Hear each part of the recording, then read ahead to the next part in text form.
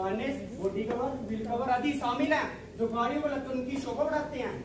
ये हमारी कंपनी कुछ कस्टमर्स है जिनमें टोयोटा, मारुति सुजुकी, टाटा आदि शामिल हैं। इनके अलावा हमारे कुछ ग्लोबल कस्टमर्स भी हैं जिनमें जनरल मोटर, रिनॉल्ट, निसान आदि शामिल हैं।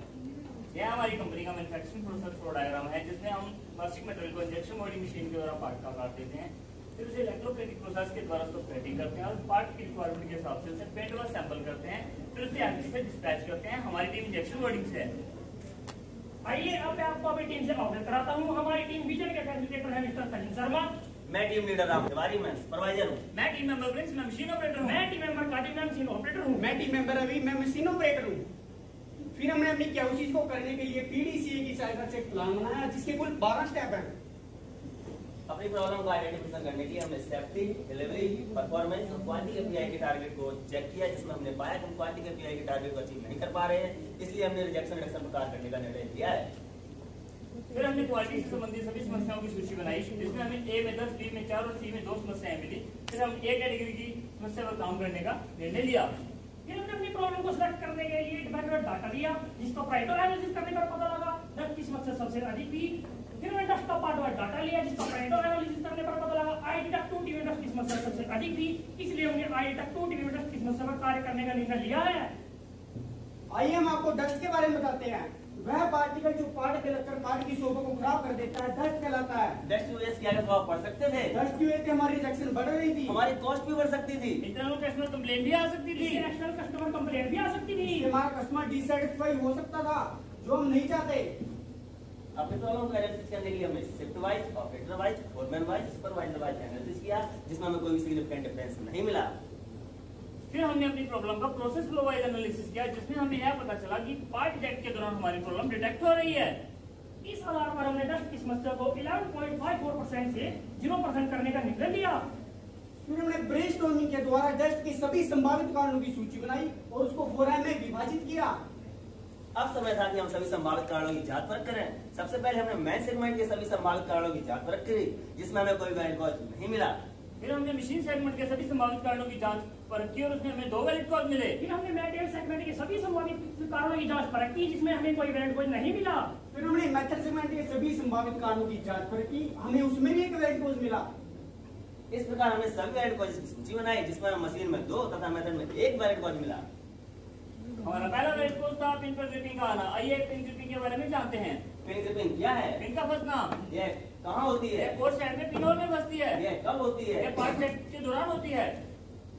फिर हमने अपने पहले वैलिड कॉज का रूट कॉज जानने के लिए वाई एनालिसिस किया। हमारा पहला रूट कॉज था पिन पर ग्रिपिंग का आना। पिन पर ग्रिपिंग क्यों आ रही थी? पार्ट डिटेक्ट के दौरान गेटिंग पिन में फंस रहा था। ऐसा क्यों था? पांच पार्टिकल पिन होल के अंदर फंस रहे थे। ऐसा क्यों था?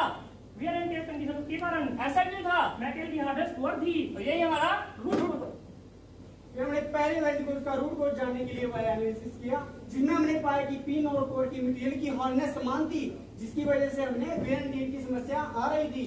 इसके बाद हमने अपनी टूल डिजाइन टीम के साथ डिस्कस किया और उन्होंने यह सजेस्ट किया कोर मटेरियल की हार्डनेस पिन मटेरियल की हार्डनेस से ज्यादा होनी चाहिए। फिर हमने पहले रूट कॉज के लिए 3 सॉल्यूशन डेवलप किए। हमारा पहला सॉल्यूशन था गेटिंग पिन की संख्या कम कराना। इसका एडवांटेज तो ये था डस्ट की समस्या कम होगी, पर डिसएडवांटेज ये था श्रिंकेज की समस्या आने लगेगी, इसलिए हमने इस आइडिया को ड्रॉप करना पड़ा। हमारा दूसरा सॉल्यूशन था पिन होल के मटेरियल को चेंज कराना। इसका एडवांटेज ये था डस्ट की समस्या तो कम होगी, पर डिसएडवांटेज ये था हमें इसके लिए बहुत ज्यादा कॉस्ट पे करनी पड़ेगी, इसलिए हमें इस आइडिया को ड्रॉप करना पड़ा। हमारा तीसरा सॉल्यूशन था हाई हार्डनेस के उसको ऐड कराना। इसका एडवांटेज ये था डस्ट की समस्या तो कम होगी, पर इसमें हमें कोई भी डिसएडवांटेज नहीं मिला, इसलिए हमारा सॉल्यूशन फिजिकल निकला और हमने इसे एक्सेप्ट किया। फिर हमने अपने पहले रूट कॉज का सोल्यूशन लागू करने से पहले उसका रेजिस्टेंस चेक किया। टूल रूम ने हमसे 1 दिन के लिए टूल मांगा और हमने उन्हें प्रोवाइड किया। जैसा कि आप देख सकते हैं पहले गेटिंग पिन में बूस्ट ऐड नहीं थे, अब हमने अपनी गेटिंग पिन में बूस्ट ऐड करा दिए हैं जिसकी वजह से हमने डस्ट की समस्या को 56% तक कम किया है। हमारा दूसरा वैलिड कॉज है गेटिंग पिन के स्कोरिंग का आना। स्कोरिंग क्या है? स्कोरिंग एक कुर्ती रिश्ता है जो कट के निशान जैसी प्रतीत होती है। यह कहाँ होती है? गेटिंग पिन पे होती है। यह कब होती है? जब गेटिंग पिन से गेट पॉइंट टूटता है। हमने अपने दूसरे वैलिड कॉज के रूट कॉज को जानने के लिए वाई एनालिसिस किया। हमारा दूसरा वैलिड कॉज था गेटिंग पिन पर स्कोरिंग का आना। गेटिंग पिन पर स्कोरिंग क्यों आ रही थी? पार्ट गेट पॉइंट से बहुत तरीके से टूट रहा था। पार्ट क्यों टूट रहा था? गेट पॉइंट वियर एंड टियर कंडीशन के कारण। ऐसा क्यों था? ऐसा डिजाइन के कारण था। यही हमारा रूट कॉज है। फिर हमने अपने दूसरे रूट कॉज का एनालिसिस किया जिसमें हमें यह पता चला कि जिन पार्ट में सबमरीन गेट है उनमें डस्ट की समस्या अधिक आ रही थी। फिर हमने अपने दूसरे रूट कॉज के लिए 3 सॉल्यूशन डेवलप किए। हमारा पहला सॉल्यूशन था सबमरीन गेट से पिन पॉइंट गेट में चेंज कराना, जिसका एडवांटेज था डस्ट की समस्या तो कम होगी, लेकिन ये एमआरएम में पॉसिबल नहीं था, इसलिए हमने इस आइडिया को ड्रॉप किया।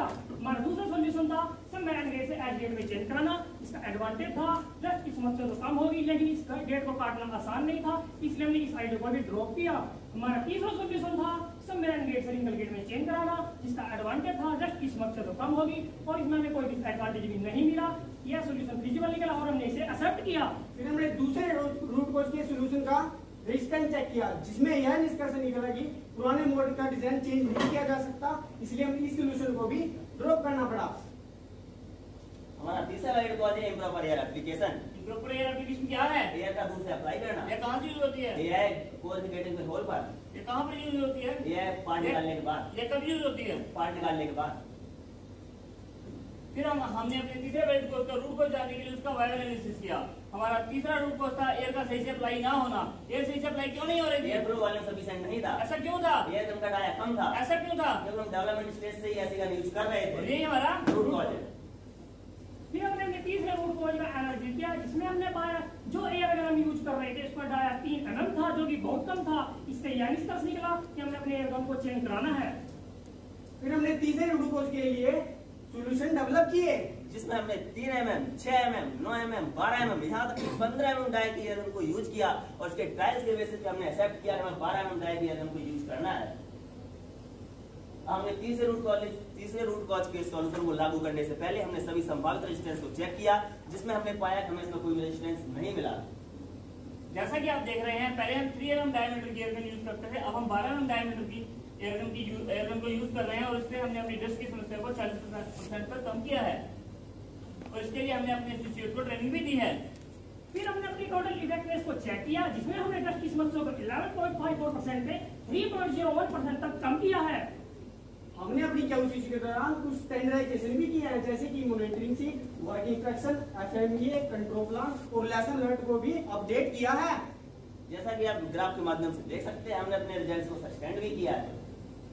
यह हमारा एक्टिविटी प्लान चार्ट है, जो कि प्लान वर्सेस एक्चुअल है। हमने अपनी क्यूसीसी के दौरान कुछ टूल एंड टेक्निक्स को यूज किया है, जिसमें brainstorming, data collection, Pareto analysis, causal diagram and वॉलराइट एनालिसिस शामिल है। ये हमारे टेंजिबल बेनिफिट्स हैं, जिसमें हमने डस्ट रिजेक्शन को कम करके सालाना 2,70,000 तक की सेविंग की है। टेंजिबल बेनिफिट्स के साथ साथ हमें कुछ इंटेंजिबल बेनिफिट्स तो प्राप्त हुए, जिसमें हमारा सेल्फ कॉन्फिडेंस बढ़ा है, इंटरपर्सनल रिलेशनशिप भी बढ़ा है, सर्कल की रिस्पेक्ट बढ़ी है, और कंपनी में अलग पहचान है। और इसका हॉरिजॉन्टल डेवलपमेंट हमने आईवीटेक 2TP, आईडीटेक 2CT और आईडीटेक 2MT में भी किया है। धन्यवाद।